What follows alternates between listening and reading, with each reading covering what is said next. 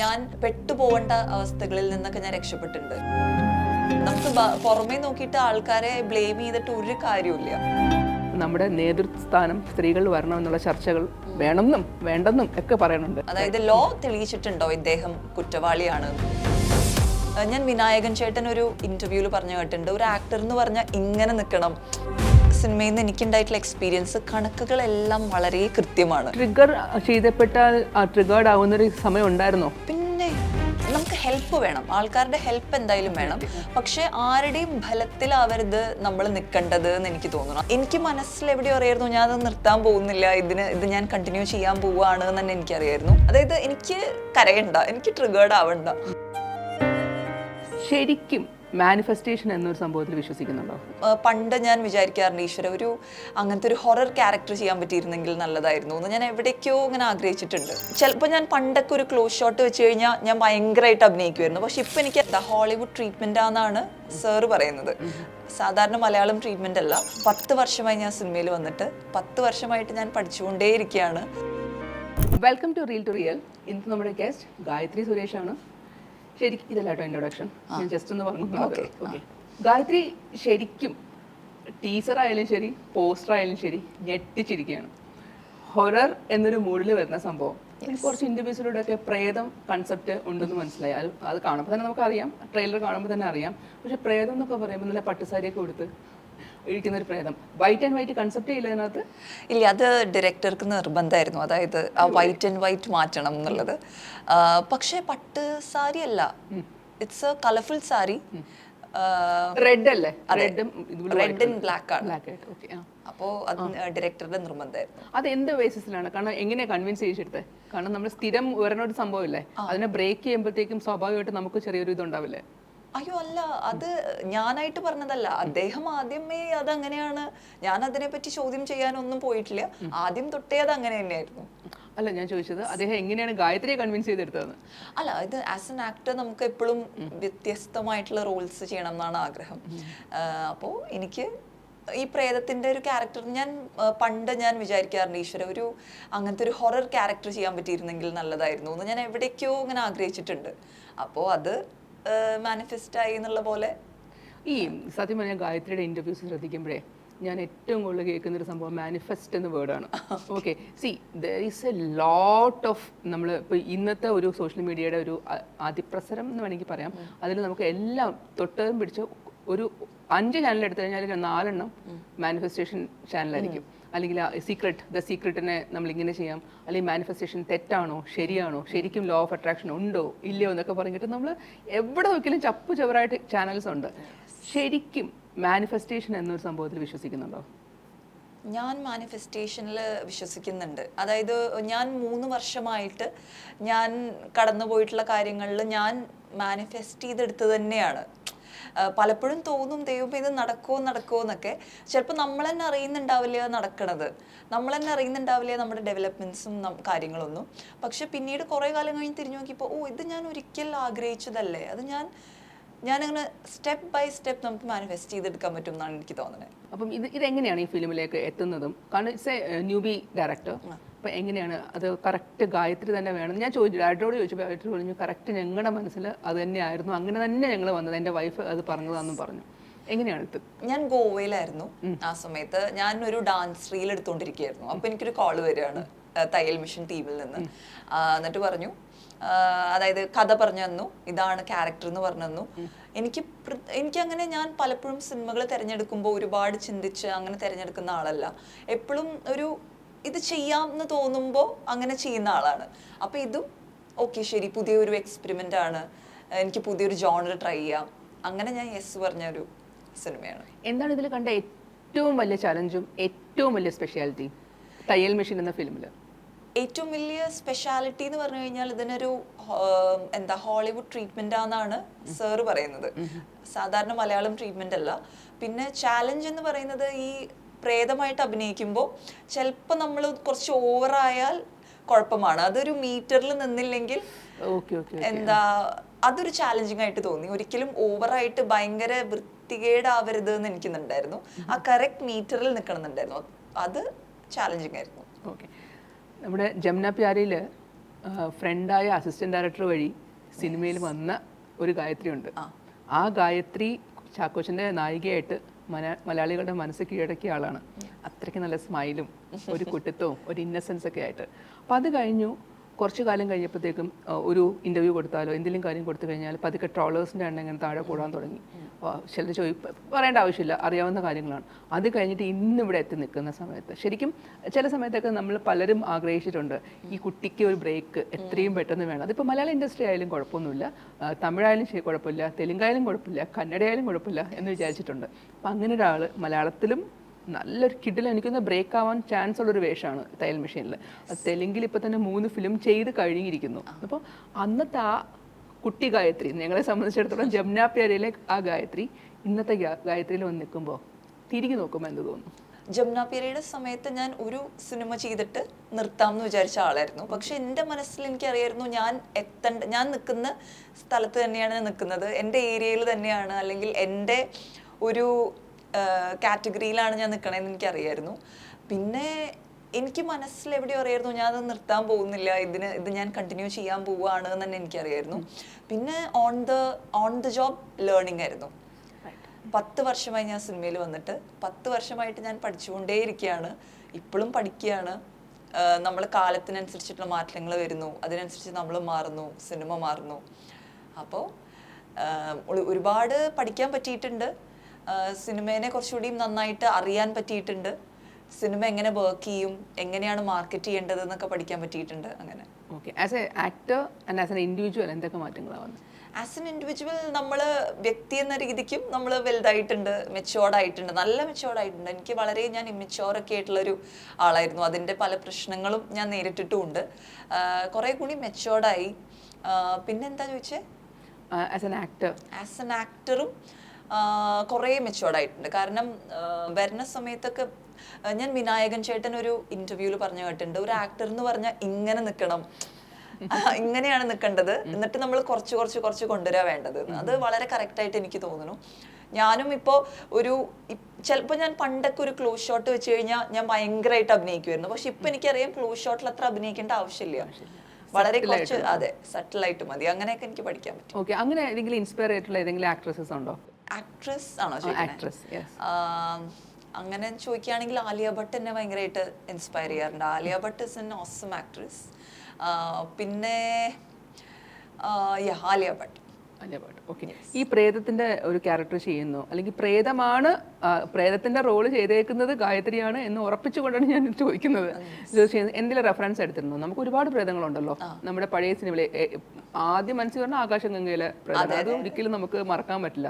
പിന്നെ വാണിശേഷിയുടെ ഇന്ദ്രിയത്തിലെ ആ സംഭവം, ഇതൊക്കെ കിടിലമായിട്ട് നമ്മൾ പേടിപ്പിക്കുന്ന പ്രേതങ്ങളാണ്. അപ്പോൾ ഈ എന്തെങ്കിലും റെഫറൻസ് എടുക്കുകയോ അല്ലെങ്കിൽ ഏതെങ്കിലും ഫിലിം കാണാനോ ഡയറക്ടർ അങ്ങനെ എന്തെങ്കിലും പറഞ്ഞിട്ടുണ്ടായിരുന്നു?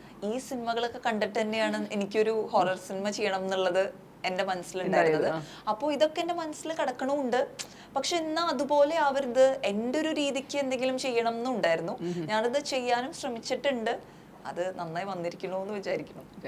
ഇപ്പം നമ്മൾ തയ്യൽ മെഷീൻ എന്ന സിനിമ എടുക്കുവാണെങ്കിൽ അതിൽ ഹസ്ബൻഡ് ഡയറക്ടറാണ്, വൈഫ് പ്രൊഡ്യൂസറാണ്. ശരിക്കും അവരുടെ സ്വന്തം പ്രൊഡക്ഷൻ തന്നെയാണ് ഇതിൽ ചെയ്തേക്കുന്നത്. ഒരു ഫീമെയിൽ ഈ ഇൻഡസ്ട്രിയിലേക്ക് പ്രൊഡ്യൂസറായിട്ട് വരുമ്പോൾ എങ്ങനെയാണ് ഫീൽ ചെയ്യുന്നത്? കാരണം വെച്ചാൽ എത്രത്തോളം അത് വെൽക്കമിങ് ആണ്? എന്താണ് പേഴ്സണലി ഫീൽ ചെയ്യുന്നത്? എനിക്ക് തോന്നുന്നത് ഈ ഒരു സിനിമയിൽ നിന്ന് എനിക്കുണ്ടായിട്ടുള്ള എക്സ്പീരിയൻസ്, കണക്കുകളെല്ലാം വളരെ കൃത്യമാണ്, അടിപൊളി, വളരെ കേപ്പബിൾ ആയിട്ടുള്ള ഒരു പ്രൊഡ്യൂസറാണ്. അതായത് ഇപ്പൊ ഞാൻ എടുത്തു പറയുകയാണെങ്കിൽ, നമ്മുടെ കയ്യിൽ നിന്ന് എന്തെങ്കിലും ചെലവുകൾ വന്നിട്ടുണ്ടെങ്കിൽ, സിനിമയുടെ ഭാഗമായിട്ട് എന്തെങ്കിലും ചെലവ് വന്നിട്ടുണ്ടെങ്കിൽ അവർ ഉടനെ അത് കൃത്യമായി ഗൂഗിൾ പേ നമ്പർ ചോദിച്ചിട്ട് എനിക്ക് അയച്ചു തരും. ഇപ്പൊ ഞാൻ വന്നിരിക്കുന്നത് ഒരു ടാക്സി എടുത്തിട്ടാണ്, എനിക്ക് ഇന്ന് അതിന്റെ പേയ്മെന്റ് എനിക്ക് തന്നിരിക്കും അവര്. അപ്പൊ എന്താ വെച്ചാൽ കണക്കുകളെല്ലാം കൃത്യമാവുമ്പോ ആ സിനിമയ്ക്ക് മൊത്തത്തിൽ അത് നന്നാവും. എനിക്ക് കുറച്ച് IAS ഫ്രണ്ട്സിൽ നിന്ന് എനിക്ക് കിട്ടിയൊരു വിവരമാണ്. അവർ പറഞ്ഞതെന്ന് വെച്ച് കഴിഞ്ഞാൽ, എടാ ഒരു പർട്ടിക്കുലർ ഒരു IASകാരൻ ദുഃഖത്തിലാണെന്ന് വെക്കുക. അപ്പോൾ ദുഃഖത്തിലായിട്ട് ഇരിക്കുന്ന സമയത്ത് ആ ഒരു പ്രദേശത്തെ മുഖ്യമന്ത്രി അല്ലെങ്കിൽ അതോറിറ്റീസ്, പ്രധാനമന്ത്രി ആയിക്കോട്ടെ മുഖ്യമന്ത്രി ആയിക്കോട്ടെ, ആ IASകാരൻ ദുഃഖത്തിൽ ഇരിക്കുന്നത് കൊണ്ട് ആളുടെ ഫാമിലി ദൂരെയാണ്, ഒന്നുകിൽ അവരെ ഇങ്ങോട്ട് ട്രാൻസ്ഫർ ചെയ്യും, ഇവരെ അങ്ങോട്ട് ട്രാൻസ്ഫർ ചെയ്യും എന്ന് പറയുന്ന പോലെയാണ്. അതായത് ഫാമിലിയോട് ഇരിക്കുമ്പോൾ അയാൾ ഹാപ്പി ആണെങ്കിൽ ആ ഹാപ്പിനെസ് അയാൾ വർക്കിൽ കാണിക്കും. That is good for the nation എന്ന് പറയുന്ന പോലെ നമ്മളെ ആക്ടേഴ്സ് നല്ല ഹാപ്പി ആണെങ്കിൽ നമുക്കത് അഭിനയിക്കാനുള്ളൊരു ഇതുണ്ടാവുമല്ലേ, നമ്മുടെ പെർഫോമൻസ് കുറച്ചുകൂടി ആക്സെന്റുവേറ്റ് ചെയ്യും. അതെ, അത് സെറ്റിലത്തെ എല്ലാവരും ഹാപ്പി ആവണം. അതിന് പ്രൊഡ്യൂസറുടെ റോള് വളരെ വലുതാണ്. അപ്പോ അത് ഈ സിനിമയിൽ ഉണ്ട് തോന്നുന്നു. എല്ലാവരും വളരെ ഹാപ്പി ആയിട്ടാണ് വർക്ക് ചെയ്തത്. ഒരാൾക്കും അങ്ങനെ എന്തെങ്കിലും കുറവുകളോ അല്ലെങ്കിൽ അങ്ങനെ ഒന്നും ഉണ്ടെന്ന് എനിക്ക് തോന്നുന്നില്ല. ഇപ്പോൾ സിനിമാ മേഖലയിൽ സ്ത്രീ പ്രാതിനിധ്യം എന്ന് പറയുന്നത് എന്നും ഒരു ചർച്ചാ വിഷയം തന്നെയാണ്. അപ്പോൾ അവിടെ ആര് തലപ്പത്ത് വരണം, അല്ലെങ്കിൽ ഡയറക്ടേഴ്സ് എടുത്താൽ തന്നെ നമുക്ക് വളരെ ഫ്യൂ. ഇപ്പോൾ ഈ അടുത്ത കാലത്ത് തേരി മേരി എന്നൊരു ഫിലിം ഇറങ്ങാൻ പോവാം, അതിലൊരു ആരതി ഗായത്രി ദേവി വരുന്നുണ്ട്, അതൊരു ഫീമെയിൽ ഡയറക്ടറാണ്. അപ്പോൾ നമ്മൾ വളരെ റെയർ ആയിട്ട് കേൾക്കുന്ന പേരാണ് ഇങ്ങനത്തെ തലപ്പത്ത് പൊസിഷൻസിൽ ഇരിക്കുന്ന ക്യാപ്റ്റൻ ഓഫ് ദ ഷിപ്പ് ഡയറക്ടറാണല്ലോ. അപ്പോൾ അങ്ങനെ ഇരിക്കുമ്പോൾ ഇപ്പോൾ അമ്മയുടെ തിരഞ്ഞെടുപ്പ് അടുത്തിരിക്കുന്ന സാഹചര്യമാണ്. അപ്പോൾ ആ സമയത്ത് നമ്മുടെ നേതൃസ്ഥാനം സ്ത്രീകൾ വരണമെന്നുള്ള ചർച്ചകൾ വേണമെന്നും വേണ്ടെന്നും ഒക്കെ പറയുന്നുണ്ട്. എന്താണ് ഒരു പേഴ്സണൽ അഭിപ്രായം? സ്ത്രീകൾ വരണം, എന്തായാലും വരണം തന്നെയാണ് എൻ്റെ ഒരു താല്പര്യം.